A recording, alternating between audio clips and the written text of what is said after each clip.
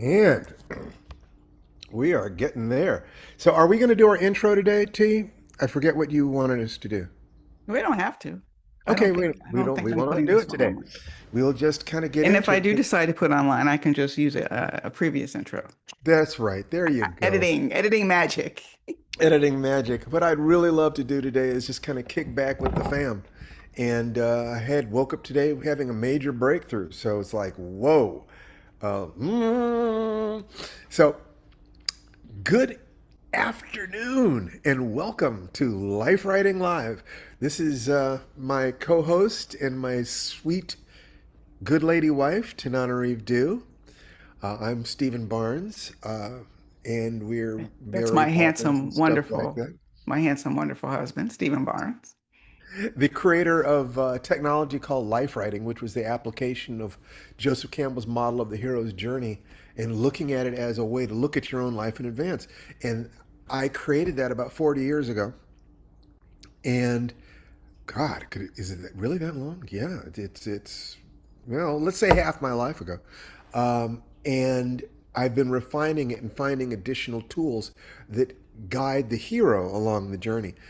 And today I had a real insight. So all I'd like to do is just kind of say howdy to everybody. And let's see, unmute yourselves and give a greeting to the other people who are here. Just kind of create a circle of trust here where we can interact with each other and have fun. So So unmute happy to yourselves see and just everyone. say hi. Hi everyone. Hey Hello. y'all. Hi. Great, great, great, great, great, great, great, great. Okay, so we like to start this by talking about what's going on. T, are you ready to get to Oh start with man, that? I'm so lax today. I don't even have the music set up. Just fill her out a little bit. Let me find. Okay, I will fill her out a little bit. Oh boy, it's today has been, we've talked about this a lot, but you guys might be noticing that we're talking more and more about threshold weeks where things are happening that are operating at higher and higher levels of what we're trying to accomplish in our career. For myself, that would be making progress as a martial artist and now practicing tap dance for many different reasons. And as a father, which is the most important thing, uh, and husband, and as a writer. So the career things that are happening. My new book is. Oh, wait a minute. Let me grab a copy of my new book. I gotta do that. Oh yeah, he has a new book out. And it's out. It's like available for purchase, audiobook, which I have and can't wait to dig in. It's always fun to listen on audio. Collaboration with Larry Niven. So it's very special. Yes, And here and I it got a comes. Put it starred right in front review of in you. Publishers You have to put Weekly. it right in front of you so people can see it, honey. Okay, I'm trying to. Let's see. That Okay. it Yeah. showed up for a moment. Okay, I know what I need to do. Yeah, you need I'm to, going to yeah. get out of my Yeah.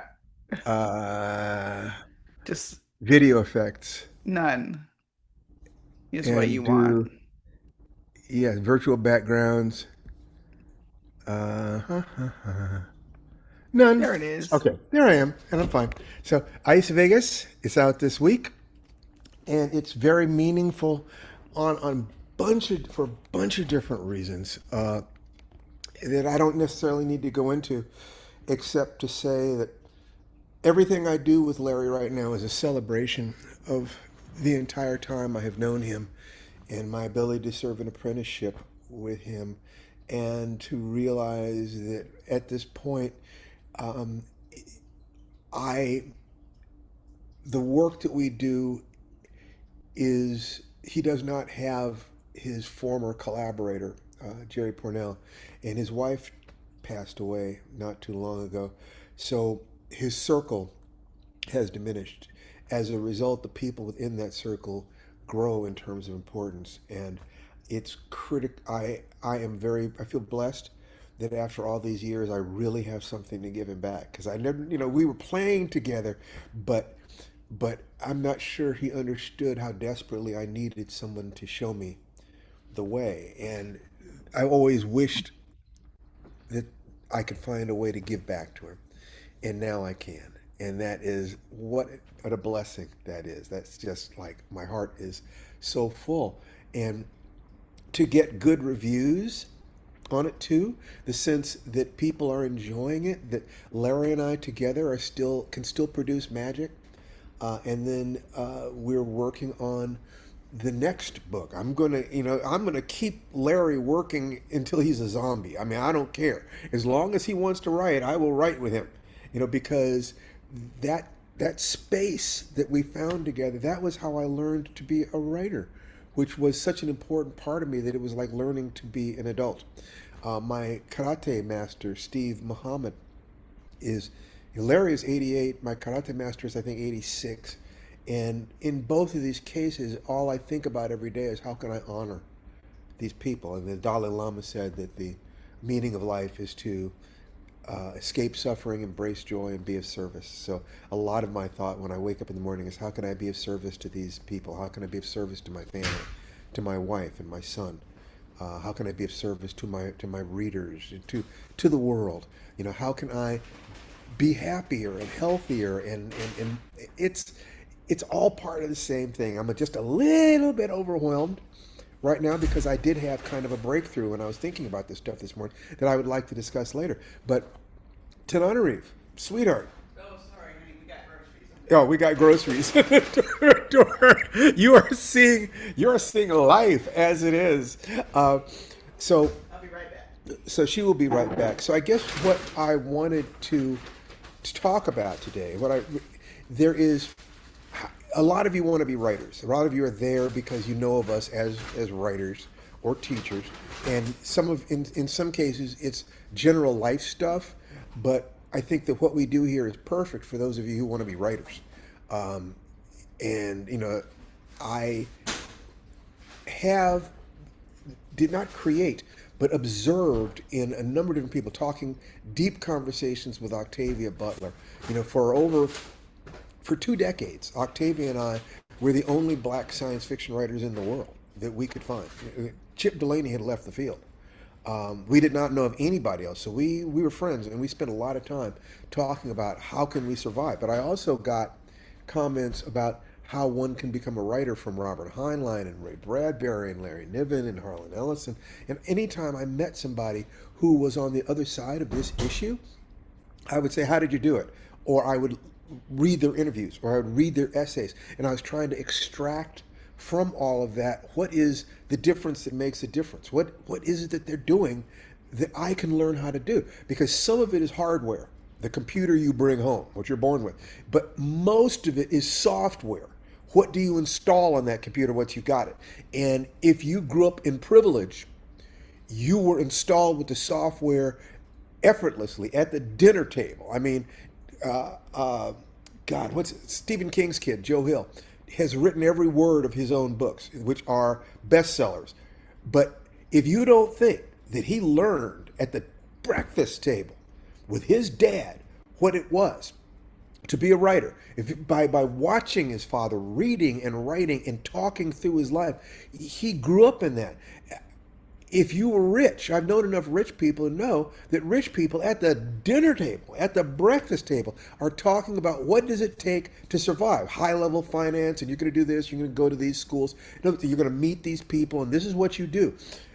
You learn it, you pick it up unconsciously, along with learning, like, Tananari's mother teaching her how to dance, patting her. What did your mom do, T? Well, she was dismayed to learn that I did not have rhythm as a child. And I think so many people give up at that point and think, oh, I guess I just don't have rhythm. Like rhythm is something either you're born with it and you have it or you don't. And I'm sorry, it's not true. I was so shocked when I went to England. And, the stereotype, of course, is that, white guys don't dance. White women dance all the time, but white guys don't want to move the hips or something. That's an American thing. That is not something that is in the DNA. It is a social phenomenon. Gay white guys often have learned how to dance. Oh So, yeah, yeah, absolutely. there's a big The difference display is very important in the gay because community. the social environment encourages people to learn how to dance in a different kind of way. Same was true in England and et cetera. But anyway, when I was a kid, my mom realized I had no rhythm, and she taught me to feel the beat tapping on my back, and I haven't looked back. My ex, sorry to bring up an ex, honey, but when I was in Miami, I had a Puerto Rican boyfriend, and he taught me to dance all over again. But this time it was to salsa, and it was a different beat, and it was a different. He's like, not the hips. Mom had been all about the hips. He's like, it's not, look at the feet, it's the feet, and the hips will follow. Yeah, but So, it's like if you're talking about boxing, Tommy Hearns was talking about how people look at him and they think that his power is in his arms. It's not. It's in my feet.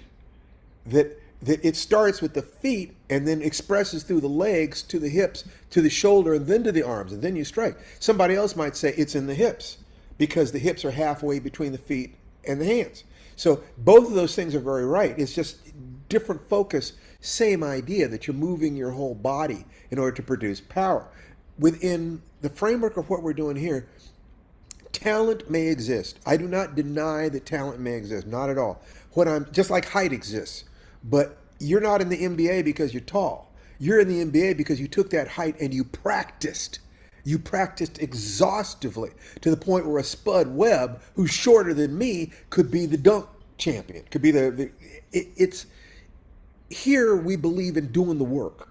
That if you do the work, you can get the result. That's what it's like the work is the recipe for baking biscuits. You don't have a talent for baking biscuits. You got a recipe.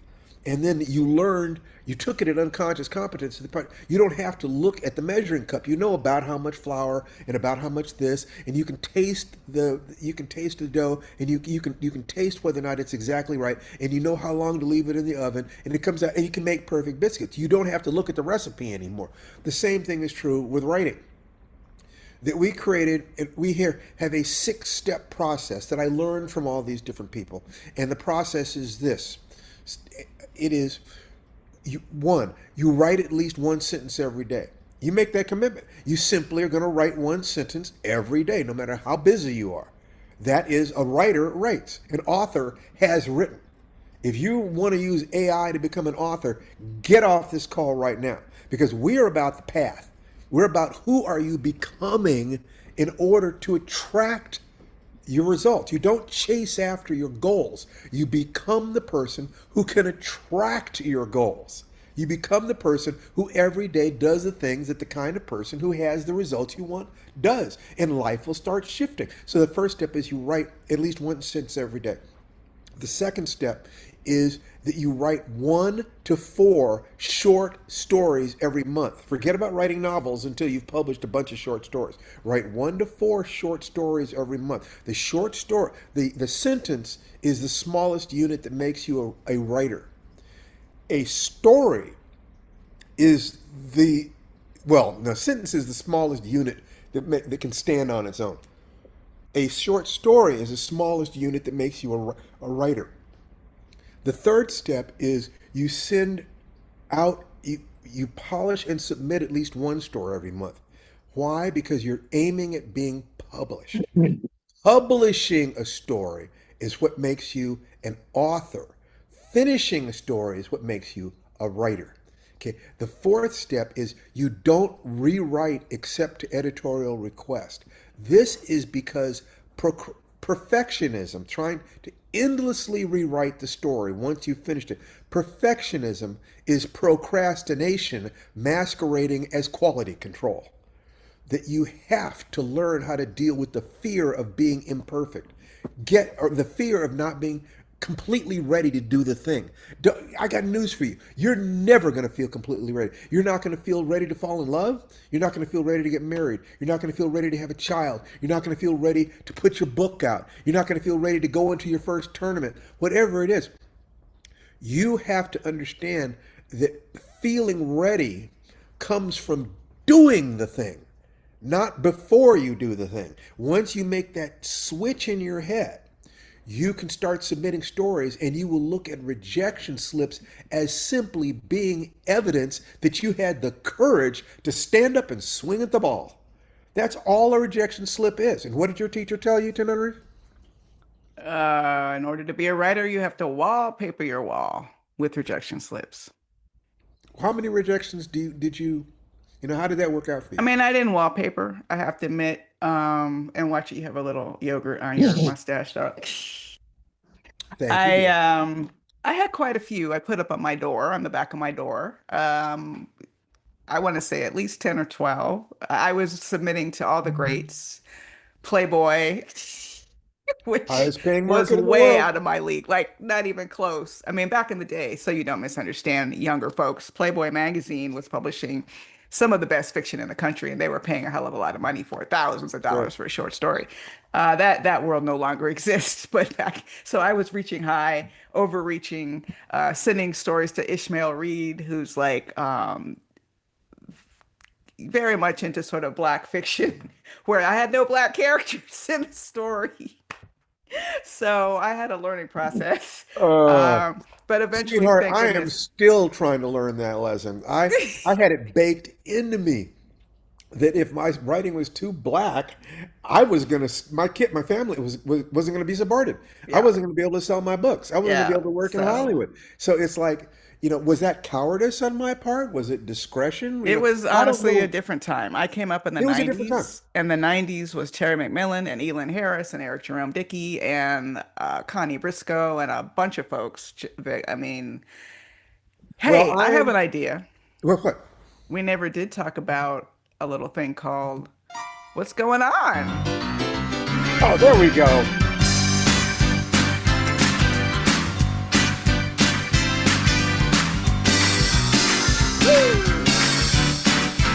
Okay, I'm gonna try to Okay. keep down my excitement because So what we like to do is my talk about what's actually going on in our lives so we can move out of the theoretical into the practical. You can see we're constantly testing what we're doing, and when we get the right results, we look at how we got that, and then that's what we share with you immediately. So tonight I've been talking an awful lot. Why don't you go into go ahead, take the lead. Hello, everybody. Welcome to Life Writing Live. This is probably not for broadcast, so feel free to let it all hang out.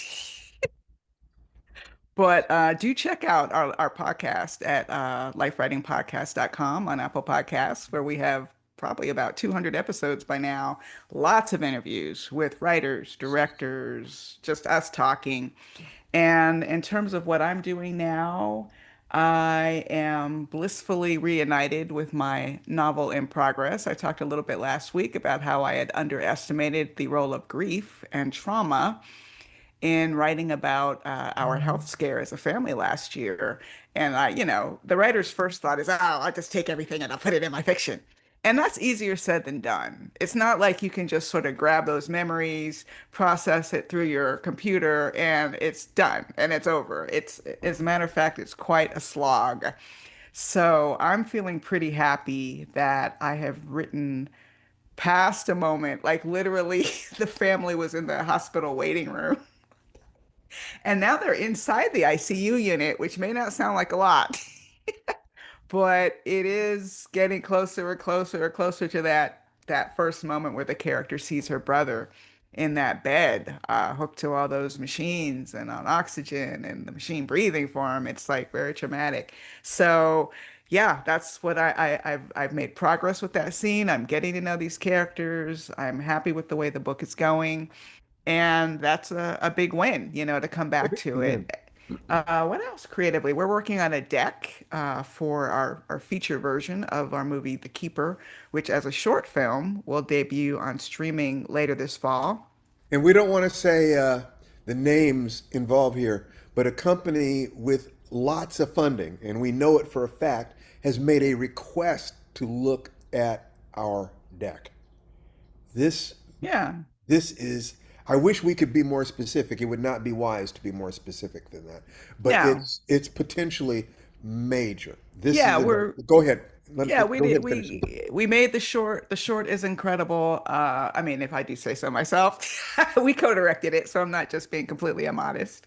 And it's incredible not because necessarily just us. I mean, it's incredible because of the cast, because of the cinematographer, because I mean, all the people who made that film happen. And we're excited and working on a deck which basically is a visual presentation of your pitch, right? And I learned how to do it from a former student, really, who went to work for Jordan Peele's company. And Jordan Peele's company was the first company to embrace this film, back in like 2019. Yep. But Universal said no. I'm over it. I'm completely over it. I'll never Oh be over yeah, it. we're totally I'll over that. never be over it. But in any case, we learned so much, and everything that doesn't work out, I have learned how to create as a learning moment, right? So we learned a lot from that process. I know how to make a deck. I'm pretty damn good at it. We're going to switch out some of the images and switch out the text, which we haven't updated since 2019, and a lot has happened since then, and get that to our producer, which is Blackmailed Productions, which, by the way, just did the movie Strung. If you haven't seen it, with Chloe Bailey. He's moving more into the thriller space. Malcolm D. Lee, who runs Blackmailed, is best known for movies like Best Man and Girls Trip, but he's moving into the thriller space. Um, and his name is actually going to be on our short in the credits as a producer. So yeah, we're sending all those materials to him and his company, and hopefully they can. Because if you watch a movie, you'll see there's like three, four, sometimes five or six production companies, and no one production company is taking all that risk. So everyone's looking for partners. And that's the process we're undertaking, and it's kind of fun. Oh, and tap dancing. Last thing I'll say. Steve mentioned tap dancing. If you go to my Instagram and all my social media is just under my own name, Tanana Reeve Do. Why make you hunt if you're looking for me? It's just Tanana Reeve Do. So if you go to my Instagram at Tanana Reeve Do, Threads at Tanana Reeve Do, Facebook at Tanana, all of it, you will see my latest tap dancing routine, which, well, first, public tap dancing routine, which is a version of the Shim Sham, the tap version of the Shim Sham. Although one of the videos I used was by a pioneer named Frankie Manning I had never heard of, just found him randomly on YouTube. Turns out, big muckety muck. He helped develop the Lindy Hop. So I stumbled into a great teacher and put up like a 90-second video of in black and white of me dancing Shim Sham with my tap shoes on. And now I'm working on Singing in the Rain. That's good. It's like a very, very simplified choreography to Sing in the Rain, which is one of my favorite films. So I'm sort of reimagining what if Hollywood had been more inclusive during that era, and someone like me could have had a chance to dance and sing it in the rain. So you next, baby. Okay, so we did the short called The Keeper, and our commitment is to turn it into a feature, which would be the completion of the last childhood dream I have. I mean, literally, I've accomplished everything I wanted to do as a kid, except for one thing, and I want to do that, and then I'm sure I will immediately drop over and die. No, I want to do that as a completion so I can really kind of see what's next. So, a feature film is it. What I did not anticipate is I thought somebody was going to buy my script and make the movie. I did not realize that I might have to make it myself, and understanding that drove us to making a short called Danger Word with Lucina Fisher, one of Tananari's besties, directing. We wrote and produced it. And then we wrote, produced, and directed The Keeper because our executive at Blackmail asked us whether or not we might be interested in directing the feature. So directing a short is a way to give us the experience we need to understand what that process is. So it would have been terrifying to be making the feature if we'd never directed anything.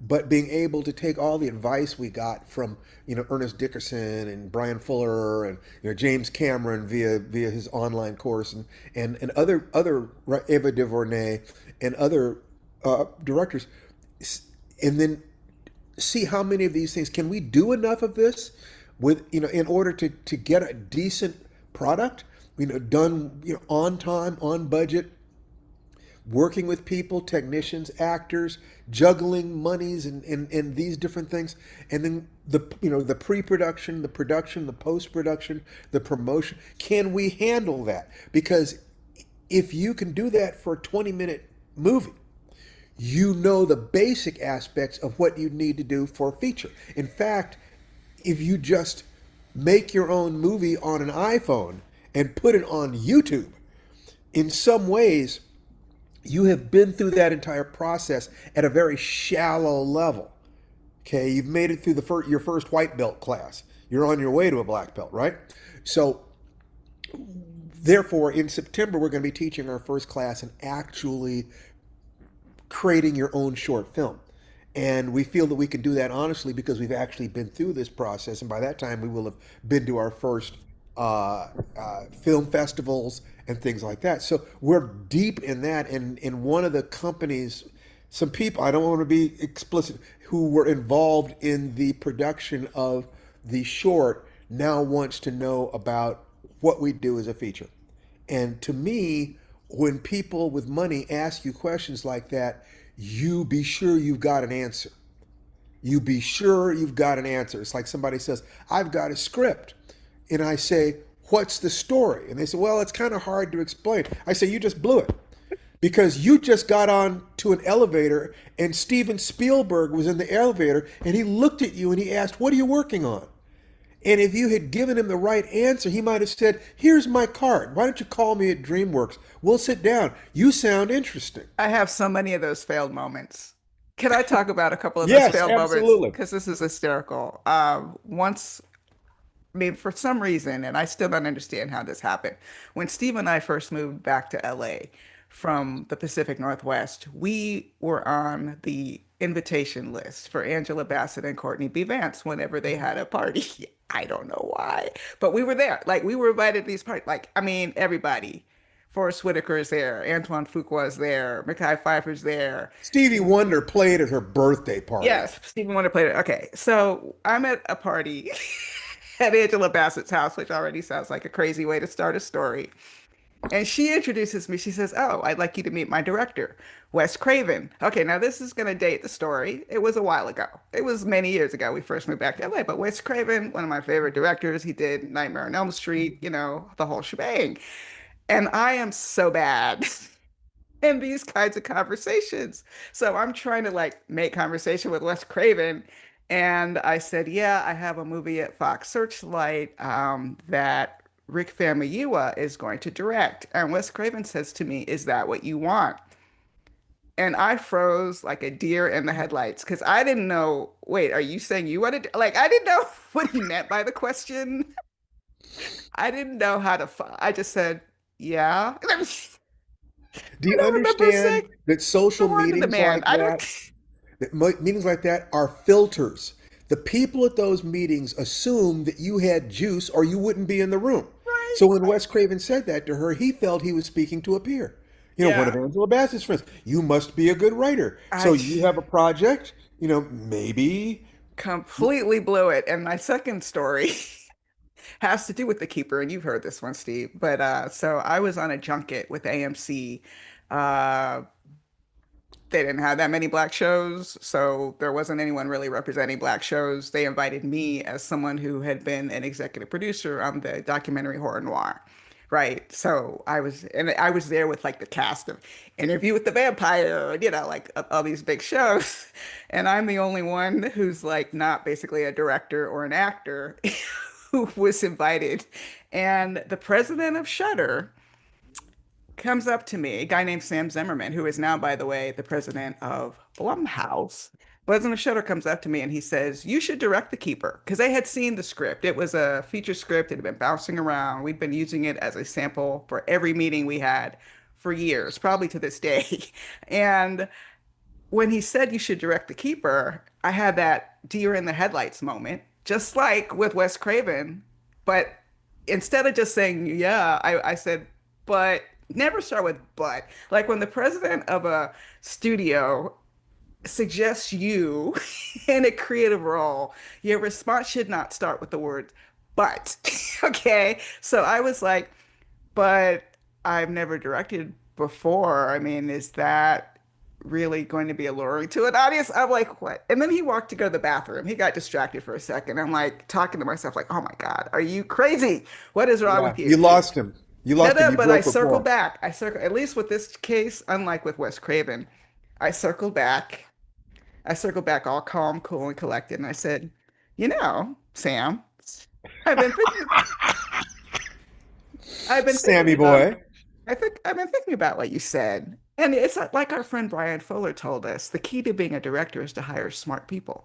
And I think that is a great idea. You know, I mean, it would have been better if I'd said it the first time. And by the way, when people say this to me, that doesn't mean they're going to give me the money to do it or they're going to like enable it. They're just saying, this is something you should do. And like kind of like what Steve was saying about sort of looking at you not as a peer, but as someone who's a doer. Like if an Ava DuVernay says you should direct, as she did once, and if a Sam Zimmerman says you should direct, they're not going to hand you a check. They're trying to open your mind up See, to the you know what it is, possibility. T? It works like this. It's very similar to when I introduced myself to, I hunted Larry Niven down. He was one of the great science fiction writers of the 20th century. I hunted him down at the Las Vegas Clubhouse, and I said, he's standing there smoking a pipe, and I walked up and said, "Hello, Mr. Niven. My name is Stephen Barnes, and I'm a writer." And he puffed, and he looked at me, and he said, "All right, tell me a story." And because I had mailed off a story earlier that day, I meant to tell him about a story about a compulsive gambler who hawks his pacemaker. And Larry cracked up. And at that moment, I had earned my way into a paragraph of conversation because I had proven that I wasn't a fake. Right. He then was able to assume, oh, he's a writer like me. He's on the same road. Larry was horizons distant from me. I couldn't even see the territory that he's moving in because I had never really been published. I'd been published. I'd gotten a fifth of a cent a word for for a story. I've been paid in contributors copies for a story, but that was as much as I'd done. I gave him an envelope that had three stories in it. I asked him if he'd like to read one of my stories. He said yes. I gave him an envelope that had three of them in there, and by the next week, he was engaged. When you meet a master, the master does not care about what you've done. The master wants to know what you are doing. If you are on the path of development, then you will remind the master of themselves. They will see themselves in you. Michael J. Fox, in The Secret to My Success, plays this farm boy who's distantly related to the head of this corporation, and he bluffs his way into a meeting with this guy, begging for a job. The guy doesn't have anything for him, and he opens his heart completely, saying, do you remember when you were like me on the outside, and all you knew was that you had inside you something that could make a difference in the world if someone would just give you a chance? And he reminds his great uncle, or whatever the guy was, of himself, and he says, all right, go down to the employment office and tell them I sent you. And he was in the door. And that's what you want. If you follow our advice, you will get the chance to make your pitch to someone who can move your life forward. That might be sending a story to an editor. It might be meeting an agent. It might be working in Hollywood and finding yourself in an elevator with Steven Spielberg. It's gonna happen eventually if you keep putting yourself out there, and you have to be ready for that moment. Epictetus said that luck is when preparation meets opportunity. People who say they have no luck, that people are successful were lucky, there's some truth to that, but everybody gets luck. And you make the luck by putting yourself out there. I meet people who say, I've never had any luck, nobody has ever helped me, and I know I offered to help these people, and they turned me down. And then they turn around and lie to themselves into the world that no one has ever tried to help me. That's what people do. What we're hoping is that you will listen to what we're saying. By some definitions, we're incredibly successful. By other definitions, we barely have a toe in the water. So we're on that same path that you're on. We're hoping you can see that we're looking at people way distant from us. It's like, God, how do I get there? You might be looking at us saying, God, how do you get there? And the way you get there is that every day you do certain things. And what we advise you to do is you wake up in the morning, you take a breath, and you give thanks for being alive. Then you find your heartbeat and you give thanks for the people you love. and who love you. And then you open your headlight, that kind of light behind your eyes, that third eye thing, and you visualize where you want to be in a year and who that person is, and then where you want to be in 2 weeks that would put you on that path, and then what you need to do today in order to make that happen. And then you write down the three things you're going to do today, and then you get up and you perform one sun salutation, or you get down on the ground and you stand up again. That core movement is one of the two core human motions. If you cannot get down on the ground and up again, and you cannot walk, you can't live alone. You will need someone to help you. So what we're talking about here is how do you organize yourself, your body, your heart, your mind, so that you can every single day live each day as a separate unit of life. Your entire life is every day, just one day. If you can wake up in the morning, see what you need to do, that day you take care of three things, that night you look back over what you did. How did you do? Oh, pretty well. What do I need to do tomorrow? I need to accomplish this, this, and this. Cool. Write it down. You go to sleep. Be complete. You have had a wonderful day. Now I lay me down to sleep. If I should die before I wake, it's cool. I want every day, I want to end every day knowing that I have moved my family forward, my life forward, learned a little bit more about moving my body and taking care of my body, and made progress on my writing. I'm working on The Keeper. I'm working on the next book with Larry Niven, celebrating the book that is out, and I'm working on my next solo novel. And the tap dancing has just connected with my next solo novel. I have said, I've taught Tananarive a lot, but I'm trying to learn from her now.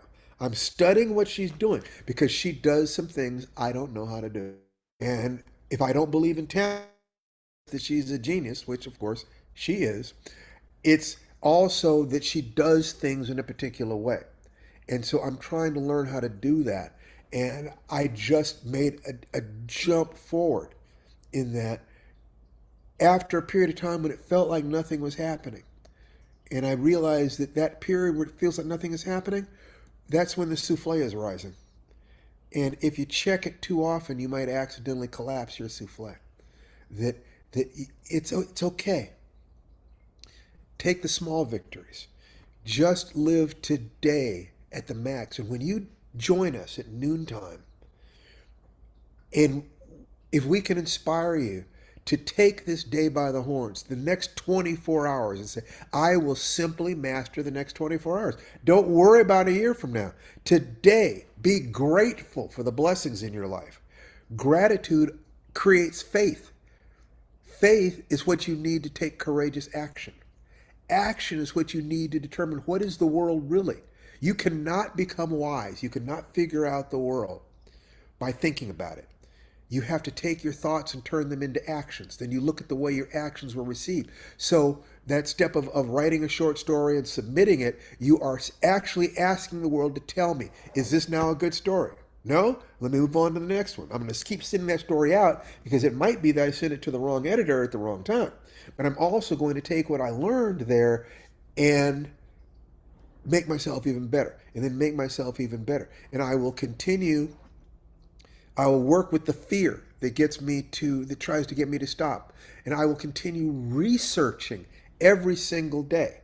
So for instance, every day in the morning, I do yoga and I listen to a video on Stoic thought because my son Jason, instead of just general philosophy, which I love to talk about, that Stoic philosophy, which that I can communicate with him. Let me become an expert at that. That's the way I look at it. If I know something is important, I want to know it until I can teach it. So I can teach writing at high levels. I can teach martial arts classes at high levels. Could I teach a class on how to have a marriage and how to be a son? We do teach a class in that. But Tananarive and I do that together. I wouldn't want to do that alone because I'd want to make sure that her perspective would be there. But we did that. The last step is you repeat this process 100 times. So I'm going to say to you that if you pay attention to that magic ritual, you do this in the morning, you do this in the evening, and 5 times during the day, you just take a conscious breath. For 60 seconds, you take a conscious breath. And that allows you the space that you need to access your wisdom. Your instinctive reaction is who you were. Taking a breath anchors you in the present moment. That's who you are. And your response to the outside world stimulus is a brick in the wall of the citadel of your heart. It's a step in the kingdom you are building. It's a gift to the future self you saw standing out there at the end of a year. If you see that person in a year and that person is fit and happy and successful, then what you do today is your gift to your future self, as well as an acknowledgement of the child you were who started this journey. You have not forgotten the dreams of your child self. That child is still alive inside you, and you still love them, and they don't care how often you fall down. All they care is if mommy and daddy get up. Get up, mom. Get up, dad. Keep fighting for me. That's all they care about. And if you do that, then you've lived a successful day. Period. What happened? I don't know if I'm going to wake up tomorrow. All that is promised to me is today. All I have is this moment. But if I live this day right, I got it. T, any final thing you want to say before we open up to the group? That sounds like great. I All do right. not. Then this is the point where we open up. They can ask us questions. You can ask us questions, comments, questions, requests. Jaime, Jaime's hand is already up. Jaime, Jaime's his all hand over is this. up. Okay, hi everybody. So good to Hey. see you and hear you all today. Oh boy, I really want to share this with the group, both because I think what I've been going through the last month and a half or 2 months is going to be useful to other people too. You know, I've been going along kind of fat, dumb, and happy for a long time here, practicing these things and having great success. A little backstory. Even though I've always been a creative person, I was also very good at math as a high school student. But I didn't want to go into math. And my resistance to math just bit my ass in the last 2 months. What happened, buddy? So I forgot that when I took my various early retirements, that I signed a piece of paper 7 years ago that said my pension would be front loaded and would pay me a certain amount until I was 65, Oh, and that the moment I turned 65 it would drop down to $100 a month. oh my Wow. gosh. And so I took a $400 hit on the pension. And then I also neglected to be aware that when I turned 65, that the $1,200 a month that I was collecting from Social Security was going to have Part B, the Part B Medicare, Part D prescription drug Medicare, and then I had the checkbox to check for the supplemental insurance to be deducted. And I took a $500 hit on my Social Security. So I took a $900 hit on my Okay. income in May that I had been in complete denial about. I knew all of this stuff. I just had not put the numbers together. I caught it before I got in trouble, but I'm still in the process of living through the month of June, behaving as though I had that $900 a month more. Mm. And, that was a third of the income. I had tripled my income from what it was a few years ago, and now it's only doubled what it was a few years ago. I'm fine financially, Good. but it was a mind fuck. There's no polite way to put it. Of course And it there was. was an emotional journey to go on with that. And at the same time, I've got all of these other things happening in my life where I'm having to step up and be the leader and show up and and Okay, it's, so let me ask you a question, Jaime. yeah. This is something that I've been trying to remember. When stuff like that happens, you have one of two major responses. One is, why is this happening to me? And the other is, what can I learn from this? Exactly. And as soon as you say, what can I learn from this, you are claiming agency. And it is Right. not that bad shit doesn't happen. It's not that there is not horror that can happen to people in their lives. I'm not victim blaming or anything. I'm saying that in order to be powerful, you have to change to looking at the part of the equation you can influence directly. And you did that, buddy. Well, and I You think did. what's so interesting and why I wanted to share it with the group, this belly, heart, head experience, things happen in each arena all at the same time. So I'm juggling all of it. In January, one of my knees started giving out.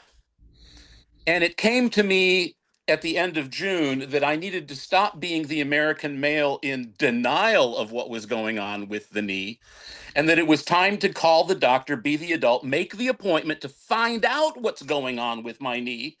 Because it's perhaps I'm doing something wrong, and a little bit of physical therapy and knowledge can teach me how to avoid this problem.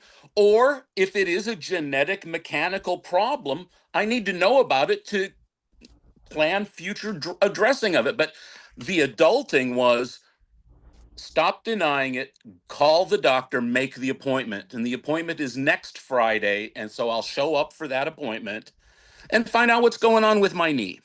Now, But one it's thing, like, do I have your permission to coach you a little bit? of course, please. You want to look at your weight. Oh, yeah. Yeah. So, it's that you're obviously doing a massive amount of work, but I want you to ground it in your body and I want you to look at that. I would like you, do you have a copy of the Warrior Walk program? I do. Okay. I would like you to start using it at the lightest level. I Yeah. don't care how heavy the weights are. I want you to start connecting with your body that way, in that way. And it'll take you less than an hour a week. Oh, yeah. Okay. So, I'm already doing some of that physical stuff. okay. I've So been are you doing doing, that all the way through. And I don't uh, know if this was caused by an injury or genetics. That's well, like I here's said, the whole yeah. thing. Whatever, if your knee is weaker and so it's genetic, then you have to do everything you can do to not exacerbate that. And Right. right now you're not. Right. Okay? So get talk to your doctor about that. Get that conversation and then let us help you. Yeah. Okay? So, All right. but so it's a win-win. I'm showing up, I'm walking through some difficult stuff. I'm leaning into that idea that the obstacle is the journey. Yes. And so, Excellent. I think the reason for needing to say it out loud is recognizing I am still the hero of my own life. I am not a victim in this, That's right. and that compared to how I used to handle things like this program and this community has given me the tools I need to cope with it well. Fantastic. And I'm Please very continue. grateful for that. So I Oh, am we are living in grateful to have you. gratitude at the same time as I'm walking through some challenging stuff. So continue this conversation in chat. We're going to move on to tomorrow. Thanks. You bet. Tamara. Thank you for sharing all that, Jaime. Hi. Oh, absolutely. Thank you. I mean, that is so encouraging. This is my very first time being a part of this community, Oh, and I have Miss welcome. Tanara Reeve to thank for that because I had the pleasure of meeting you at the Bay Area Book Festival. And one of the things that you mentioned just earlier in this Zoom call is doing things that you are afraid of or out of your comfort zone. And because I have written a book and I've met a lot of people in this community that didn't have a space, I was like, okay, let's create a space. And I've launched the book festival that we're going to have in November. And I appreciate your response. First off, I want to say that I did So respond. great. So thank you. Thank you. That just was like a fangirl moment for me. You should have seen me just Oh, that's the one in totally Taylor, flaming out on it. California. Tracy. Oh, Tracy. Tracy, right. Okay. Yes, yes. So you can tell I'm not from Central California.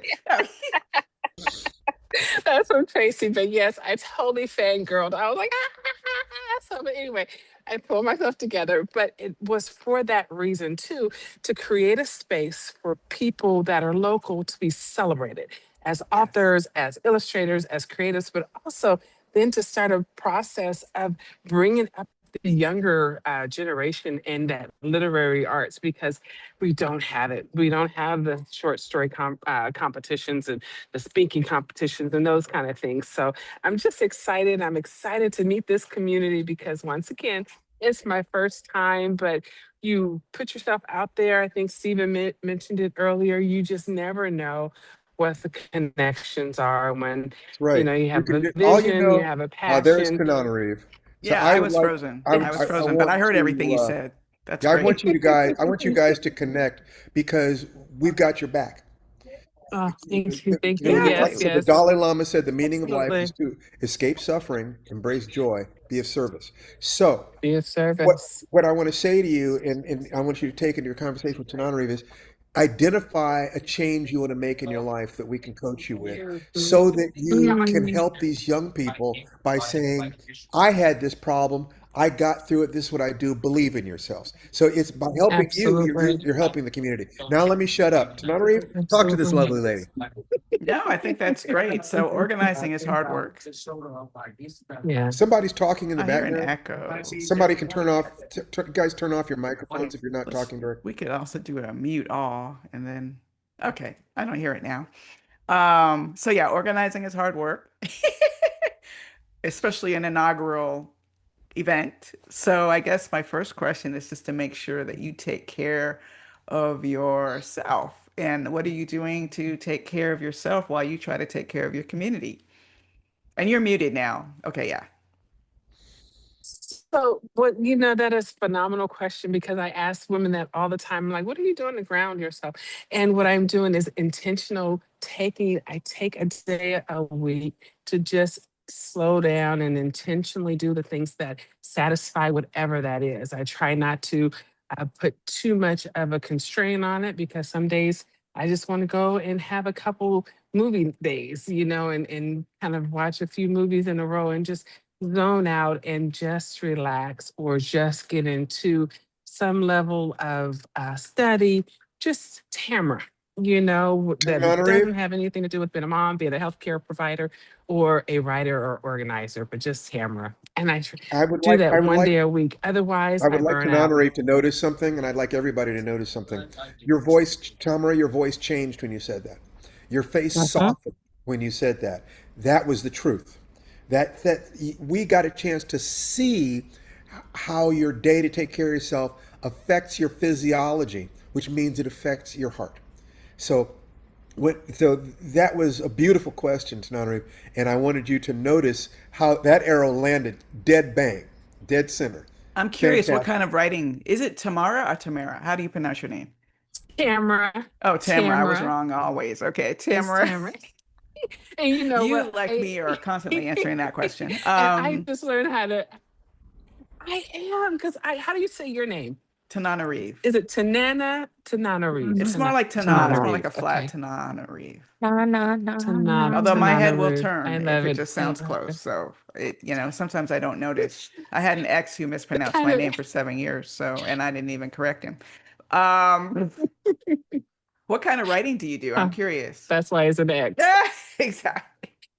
I do inspirational writing. My first book was actually, I have a couple of genres. My first book that I wrote is Aligning with Yourself, much to what Stephen is talking about, being intentional every day, living in gratitude, not having the assumptions of the world around you, but actually living in the moment and experiencing what you're experiencing and releasing at the end of the day that you've done your best. And that's that, and being enough, and really kind of doing your own north and not going with what society says, what our generation says, even what our churches say, because there's so many pools. And as a healthcare worker, I'm also writing a very exciting medical drama called Sterile Field about the Is that a underbelly of the hospital. drama? You say, is that like It's a a script? it's it's a medical, yes, it's a medical drama. I have it in two forms. I actually started it as a TV show called Serial Field. And then I thought, you know what?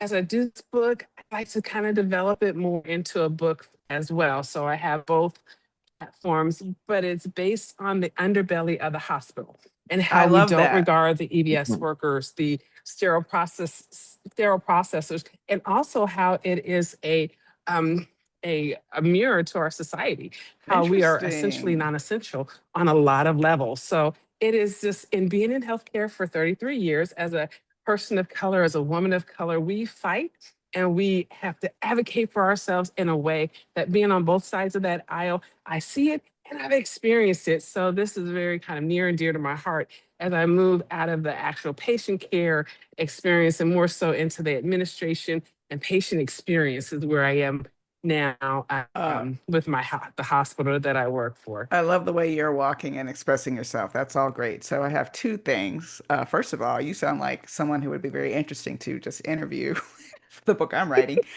for the aspects that take place in a hospital, although it's not primarily set there. And secondly, if you wanted to break down either the book version or the TV version of this into something shorter, like a Mhm. short story, like a piece of it, or a short film, please join Lifewriting.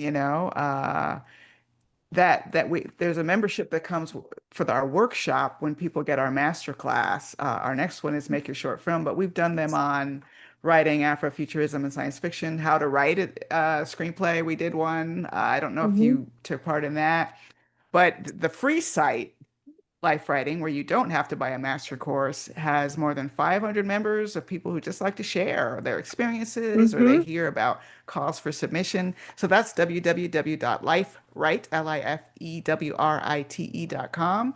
We would love to have you as a part of our community. Oh, I would love to be a part of it. And in that process, with this whole book fest, the other thing that I'm doing that I'm so excited about is that we're creating a digital community anthology. So you can go to the website and submit a short story and just similar to that. But it's just nice to get a lot of stories and just to get a part of a community. So I am So definitely going to what? get that Tamara, email. the last Yes. thing I'd like to say is that join lifewrite.com and Yes. post that notice about your community, and that Yes. people can make submissions there. You have something. You have much to offer. We would love it Thank if you. you would let our site, our free site, it will always be free, be one of the places that you offer your wisdom. Oh, I would love it. Thank you. Thank you. Thank you. And thank you You for bet. coming today.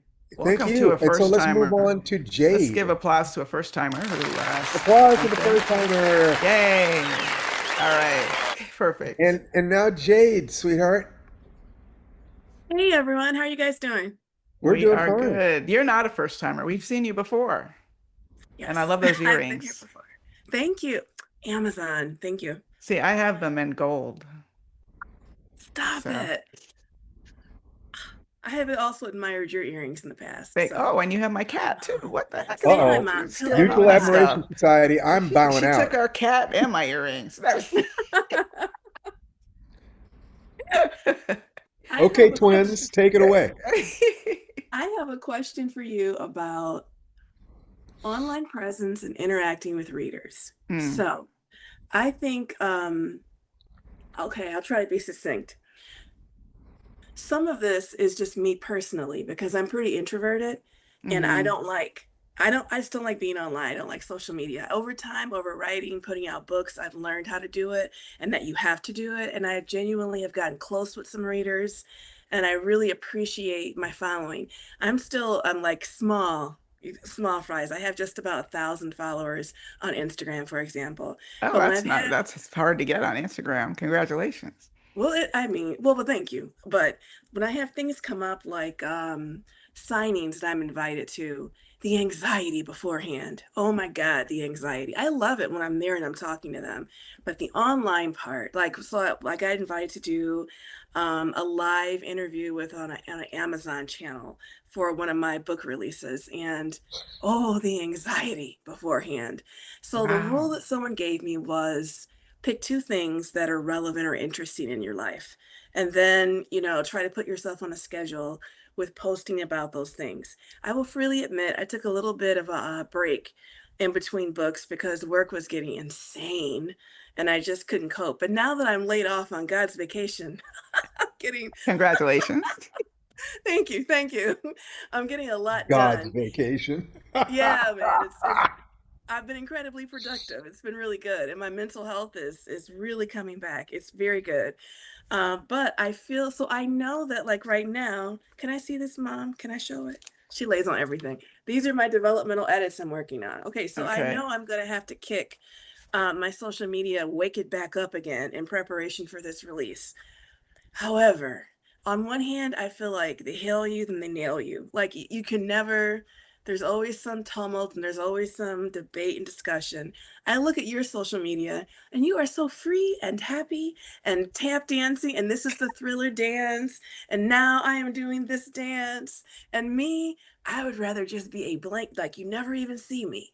You know, Just I think, and these are all, and there are several questions. They're all great questions. I mean, social, like the appearances, the social media presence. You know, one thing I think about when you talk about the appearances, first of all, is that Harlan Ellison told me once, and maybe you heard this from Harlan, or I heard it from you, Steve, that when he first met Octavia Butler and knew her as Estelle, which is how she was known outside of her writing when she before she became famous, she was so shy that she would cover her mouth when she spoke, just in public in general, never mind an interview, never mind a public appearance. Like she was that shy. So you are not the only one. And in fact, a lot of writers are introverts. I think if you imagine having an alter ego like Beyonce does, I forget the name of her alter ego. She has a Sasha name Fierce. Yeah. for the person who goes on stage, that might be helpful for you because that's the one who's on stage and it's not you. But I Yeah, think I got one. I got another one. I think that I want to add to we'll that. jump on in here then, So, honey. Nichelle Nichols and I were guests of honor at a convention. I had a chance to actually sit Star down and Trek. yeah, Star Trek convention. We had a chance to sit down and talk to each other, and she told me something very interesting. She said that the public doesn't want to know who you really are. They don't want to Mhm. know about your aches and pains. You have to create a simplified version of yourself that is not untrue, but it's the things that you want to show them and that they want to see. And you build up that's your character. That's a character. It's a persona. When I'm in public, I present a simplified simulacrum of Stephen Barnes. I'm not the full Stephen Barnes. My family knows the full me as much as anybody possibly could. What you do then is every time you put yourself out, you are building, you are laying a brick in what the Stoics refer to as your inner citadel. Except that it's your public citadel. This is the facade that you are showing people. You're telling them the truth, but you're telling them the truth that will help reduce their suffering, increase their joy, and lead them to be of service in the world. That means you are reinforcing the best of them. Okay. Your job, you're feeling uncomfortable because your focus is on yourself. If your focus was on who can I help out there? What are they seeing? What do they need? That there's one person that you're talking to today that needs you, that needs something only you can give. Someone who's thinking about giving up. Maybe they're giving up their writing. Maybe they're giving up their marriage. Maybe they're giving up their diet. Maybe they're thinking about ending their lives. People, we have needs. Everybody is fighting. You're fighting. If you can show them any fight in your life where you have won, you have something that you can give to them. If you think that if you could send a message in a bottle back to the girl you were at 15, what would you say to her? That's your message to the world. Sorry. Yeah, and the That's social involuntary. media beast, and it is a beast. You know, I remember when I first joined Twitter long ago before I left Twitter, uh, I thought I would be promoting my books all the time. And in fact, I was only promoting my books about 10% of the time, and I got caught up in talking about politics and entertainment. So I would say find your lane. Like politics, that can be spicy, and maybe that's not the way you want people coming to you because you will draw perhaps trolls and, et cetera. And plus, it's just depressing. So, what are your hobbies that you don't mind sharing? Mine is now dancing. I didn't say, hey, I need to get more attention on social media. What can I do? It was that I was dancing and I wanted to share that with people while I was learning it because it was exciting to me, right? So for a minute, I thought it would be drumming. I took up drumming and I did a couple videos before I got bored doing that. So find a hobby. It could be your cat. Cats are huge on social media. Do you That's see true. all the posts about cats? That's You could be true. the cat, you could be the writer who's also a cat lady. And it doesn't take, like they'll say something like, "Hey everybody, stop what you're doing. My cat got on my lap," and take a picture of it and you'll get like 100 likes for that. Like Okay. So I just find something safe and comfortable that you don't mind sharing. Every once in a while, throw in some writing advice because those writing posts tend to do very well. There are a bunch of writers, especially on Threads. And I recommend Threads in addition to Instagram, sorry, to add on to your load. Uh, and other than that, every once in a while, do not be shy. You got to put up that image of your book cover. You got to put up that pre-order link. Don't feel like you're intruding. People are looking for escape. They're looking for joy. They're looking for inspiration. So your book is the answer for somebody. Don't feel like it's a burden. You're offering them the chance to get your book. And so follow those things you're enthusiastic about. And that's what people respond to on social media is enthusiasm. That's awesome. Energy. Thank you. And can That's my I, best advice. it's Absolutely. it's great advice. I mean, I have time to find a new hobby, so I can definitely work on that. And I guess the other question that I would have as kind of a book into it is, do you think I don't know if you saw the whole thing with Tayari and the whole author shouldn't be communicating with.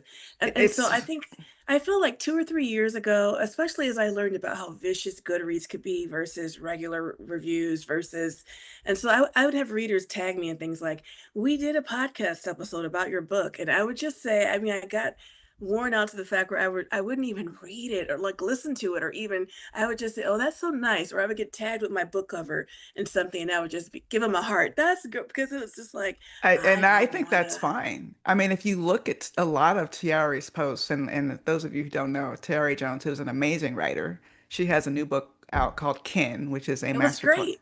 masterclass on language. Like every book of hers is a masterclass on something. Yes. And I was shocked to find that there had been a controversy about her because there's a small faction of people, maybe it was Goodreads, who don't believe authors should be in relationship with their readers on social media, that there's something unseemly about it, which I still don't understand. I don't pretend to understand the debate, but if you look at her social media, it's nothing but sweetness and light and joy. She's not Yes. arguing with her readers. She's offering them support, like if they're sad because of her book, like, and I would say I tend to do emojis a lot. I don't have a lot of time for a long, detailed response to everybody who tags me in social media, but I do try to do a heart, a smiley face. Do you know how it makes someone's day just to get a heart from you? Hmm. You don't have to write a dissertation, and I think that's the way you don't get in trouble. Yeah, I think that one of the things that's important here is to remember that once you've crossed certain thresholds, your bad day is somebody else's dream. Hmm. They wish they had your problems. They wish they had the problem of wondering what to say to this studio. They wish that they had a problem of, oh, I got a starred review in Publishers Weekly. I wonder if there'll be another one. I'm insecure. They wish that they were there. You have anything you could teach that 15-year-old girl you used to be is a gift you can give the world. And there's always something we can teach that 15-year-old we used to be, that 20-year-old we used to be. You have to get off the false ego of thinking, if I admit that I'm good, am I saying I'm better than somebody else? No. You're saying you're better than you were yesterday. And that's all any of us need to be. Anything you have learned about loving yourself, pushing yourself, incremental change, being kind, speaking truth, anything, give it to the world. The world needs this. Think about how much pain, how many lies, how much horror that there is out there. They are looking. The forest is not just the trees, just the problems. It's also the space between the trees. It is the fact that in spite of all this stress in the world, the average human being is a loving, caring individual just trying to do the best they can. And they look up to you, which means that if you recognize that they are on the path too, you're actually making them feel more alive, more human. Until you find yourself, a lot of your self-image is created by what other people think of you. When Ray Bradbury wrote me a letter saying that he liked my story, it meant everything to a young writer who had never published. It meant everything. And right now, you can make somebody's day just by liking a comment that they make about something that you said. because they cared enough about you to leave a comment, and you cared enough about them to acknowledge their existence. It makes a difference. Yeah. So just, it does take courage. It's not your imagination. Most writers are introverts. I feel drained after a lot of public appearances because of the weight of that persona. It's not that it's fake. It's just, I don't know, crystallized. You know what I mean? It's like, Yes. just, and it takes, I gotta just so respect either the downtime before or after or both when you have to do that. Know that there's Yes. nothing wrong with feeling that way, that everybody goes through it. But if you believe in your message, which is your story, it's easier to put yourself out there, especially when you understand that for there's a writer out there, there's a reader out there who needs to hear that interview. So hopefully that helps. Immensely. Thank you both Great. so much. Great. Fantastic, Keep on wonderful, keeping and just on. bless you, and come back whenever you can. But Will do. until the next time, just write well and be a light in the world. And what's the name of your next project? What can we support? I don't want to say because Oh, we're streaming, secret. Okay, but I okay. will next time. But when you're ready, let us know. All right, I will. bye-bye. Okay, so who's next? Volunteer or you will be There is one voluntold? other hand up after Jade. Oh, All it's right, Jay. it's Che. You turned in a story. You may be coming up. You Well, may be coming okay. up next in our workshop. I don't I, hold me to I that, would like but for you Che to be might be. one of them. Yeah, I'd like that. Awesome. Well, that was part of my question. Was not, am I coming up next? But like I said, that story is a little longer than I had sort of aimed for. Let me look at the And link. I was thinking about, like I don't want to get stuck into like little rewriting spiral. Like, So how many words is it, Che? it's like 6,800 words. And 16. I was Okay, that is longer than what we want. yeah, However, I'll read it anyway. thank you. It is longer. If you will acknowledge that and respect that, I will respect your effort, read your story, and give it everything I got. Fair enough? Is that a deal? That's fair. And do you think I want to try cutting out some more? If you do, I'd be grateful. However, if you don't, I accept that. It's an honest effort. This is Yeah, about building community, and if it helps you if it helps you do something and you were doing the best you can, I respect that. Word. All I'm asking for from people is their best. Thank you. Okay. Thank you. yeah, we've Oh, had for the workshop, and we're talking about the Life Writing Professional Workshop. We've had writers where I said, "Hey, come back and trim out a page and send this back," and he thought it was a great exercise. But maybe in this case, it wouldn't be a great exercise until you get the feedback. So, Or you could take what we're saying and yeah. try to cut out 1,000 words. If you ooh, can't, 1,000 words. you made the effort. Fine. And if you do, fantastic. I don't have to strain my eyes as much. And we It's a have to, it's a win no matter what happens. So if yeah, you'll make that commitment, I'd love you for it. and just so you know, we'll be at Comic-Con next week. So we're not having our regular Life Writing Professional Workshop. We're going to do it the next week, so you have more time to work on it. Cool. All right. I'll try cutting out some stuff. Yeah. Good, good, good, good. But I want to read your story. Awesome. Yes. Thank you. Okay, great. That was Is my there biggest anything else we can help you with today? You had another project you were working on, and I haven't yeah. gotten an update from you Uh-oh. for a while. Yes. Oh Uh-oh. yeah. I kind of like put my attention into like writing that short story. So I'm not moving forward with the other Okay, project. so here's the question I have for you. Look back over the last couple of years of your life. Yeah. Have you accomplished as much as you wanted to accomplish in those 2 years? No. Is your lack of ability to stay on one track a negative influence in your life? Yes. Okay. Then I respect that and I respect the honesty of your answer. I'll still read your story. But I want you to be careful of this. That it's really critical for you to keep your promises to yourself. If you don't keep your promises to yourself, you can't win in life. You literally cannot. So if you understand that this is a fight, that when I said that, what did you say to yourself when I said that? I think I said, busted. How did it feel? Mm, I felt, I felt like mm, I didn't feel great. I didn't feel like mad or anything, but I felt like, man, yeah, I have not been like Okay. doing So my let me ask job. you the last question then. Yeah. You are now talking to your son, Mm. and your son just described an equivalent circumstance. What do you say to him? Well, I would probably say if you don't keep your promises to yourself, you can't win in life. Okay. Uh, But make and sure that wouldn't you also tell him, find a way to be sure that he knows that you love him and that you're proud of him? yes, Because too.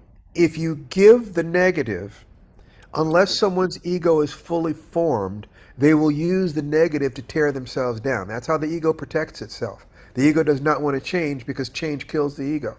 Mm. Okay? So the ego thinks it's you. So if you criticize it, what it will do is, oh, that means you're not worth it. Right. Okay, Right. so it's critical to give with, to take away with one hand. You're ripping away his illusions.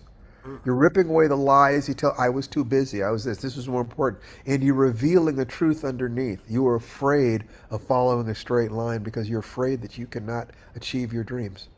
So if you don't follow a straight line, if you fail, you can always say, well, if I'd done that a different way, I would have succeeded. Whereas if you do the actual best you can and you still fail, you're afraid that that means you can't do it. What it really means is that you're getting the real information about what life is. Yep, we all have a phone call. So this is important stuff. You have been working on that project for a long time. Now you see something over here, which is people getting critiqued about their work in a way that is useful. And you're thinking to yourself, that would be a really good thing for me to engage with. I agree. So that's why I say I want you, is only, and I asked you to look back over the last 2 years, and it is a pattern. Let's say that you make a commitment that that pattern ends today. You're still going to write stories, and you're still going to work on that other thing, but you're going to look at both of them, and you're going to keep them balanced. You have decided to juggle two balls. That's possible. It's very possible, but it has to be a conscious decision and not an avoidance technique. Yeah. Conscious Yeah, that's what decision. I caught myself doing in recent weeks. I had a short story due on deadline, and I know my trap. Like other people's deadlines always take precedence over Yeah. me not having a deadline. And Yeah. and even though I have a deadline for my novel, it's way like months and months and months away. So it doesn't count as much as a deadline of August 1st or whatever. See, So typically, let me just finish real no, quick. please, Typically, I'm what sorry. I do is I try to work on one project at the beginning of the day, one project at the end of the day, but I convinced myself my short story needed all of my attention. And the next thing I knew, I had spent 2 weeks working on that short story without working on my novel. And I suspect the reason was because I was in that hospital waiting room and I didn't want to write forward. It was too emotionally taxing to engage with the novel. It was so much more fun to work on the short story. So you got to watch that. Yeah. So here's what I'm going to say that this ties into, you know, I keep changing my pedagogy. You're watching it evolve in real time. And I apologize to people that is confusing to. It is that I keep seeing the implications of things.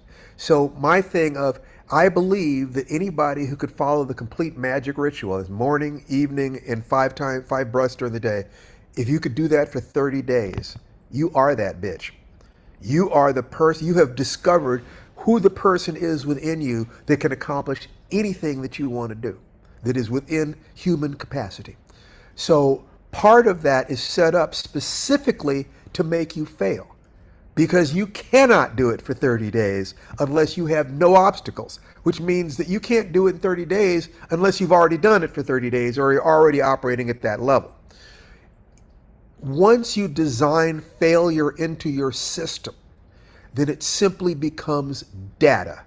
It is not guilt, blame, shame, or an evaluation of your potential. It's just I'm going to set myself this standard, and I'm going to test myself to failure. And as soon as I failed, I'm going to study the records and say what went wrong. What did I do? What were the beliefs, values, actions that worked? What are the things that didn't work? You might find out that you have a pattern of overcomplicating your life.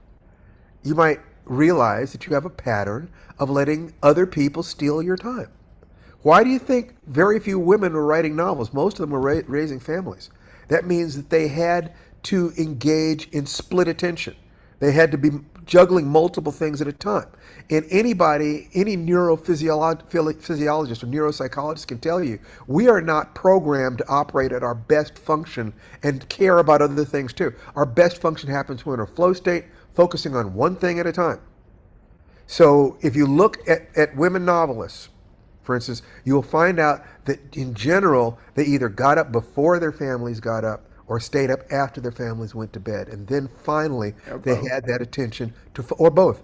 Finally, they had the time and attention to focus. You need to focus on one thing. However, that one thing could be juggling two things. It could be. And then you measure and you see, do I accomplish more over the course of a year? Do I accomplish more by juggling one thing at a time or two things? I find, and Tananari finds, that it works really well for us to work on one thing earlier in the day and another thing later in the day. That works just fine. In fact, and then I can actually juggle four projects because Monday, Wednesday, Friday is one A and B split. Tuesday, Thursday, Saturday is a different A and B split. And right now, Monday, Wednesday, Friday are my projects. Tuesday, Thursday are my collaboration with Larry and some other project. And that way I'm literally, it's like doing pulling muscles one day, doing pushing muscles another. It's not neglecting anything. It is deliberately giving my one part of my brain a rest by working on something else and weaponizing that to do more projects at a time. But I can look over my life and say, yeah, I've been publishing, 150,000 words a year or whatever it is, and it's fine. I'm doing fine. So that's the measure for you. It's that another measure is, are you making the little kid inside you happy? It's what you're doing, making that okay. And then another measure is the future you. Are you honoring your future you? Are you because if you're honoring the kid you were and your future you at the same time, you're winning life. So you are the only one who can answer the question: is this working for you or isn't it? And you must be sure you give an honest answer to that question because your future is at stake. The happiness of the child inside you is at stake, and how you're going to feel on your deathbed is at stake. Fair enough? Very fair. All right. Take care, dude. And I can't wait to read your story. You go over and see if you can cut anything. Make sure we get it in. Cool. All right. Fantastic. Whew, boy. Kate Tananarive, Yes. there aren't any other hands that are up. So let me ask you what your final statement for today is. Maybe it's time for us to wrap up and let people get into their weekend. I think it is time for us to wrap up and let people get into their weekend. So hopefully you can go out and make yourself the hero or heroine in your own story. The hero in the adventure of your lifetime. Bye Everybody, unmute bye. yourselves and say goodbye. Bye, everyone. Thanks, everyone. Bye. See you next week. All right. Next Bye bye. time. Take care. Bye bye.